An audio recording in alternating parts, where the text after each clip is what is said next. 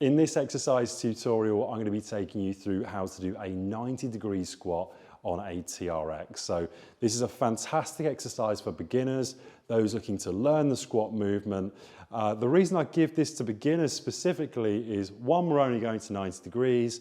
Two, the TRX almost helps you track the squat movement. Because you're going to be leaning back slightly as you do the squat, you can't help but not push your hips into the position that they're supposed to be in.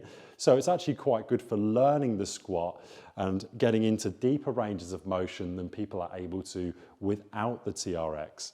So what we're going to do is we're going to start off with feet hip width apart and pointing slightly out. And we're going to have your hands on the foam part of the TRX. Now the handles are in line with the top of my hips, so find the top of your hip bone at the front, and that is where the handle should be. Once you've got your hands on the handles and you've taken a step away from the TRX, what you're then going to do is you're then going to have your feet hip width apart, slightly pointing out.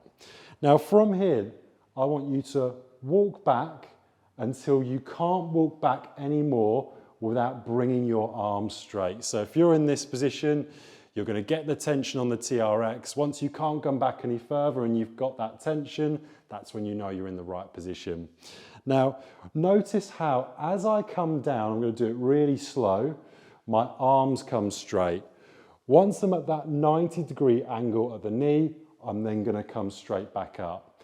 Now, for those of you that are really skeptical about this movement, use your arms to begin with to help you up. However, what you want to do is get to the stage where you're just working the legs and you're not working anything else. You're not working your arms to bring you back up.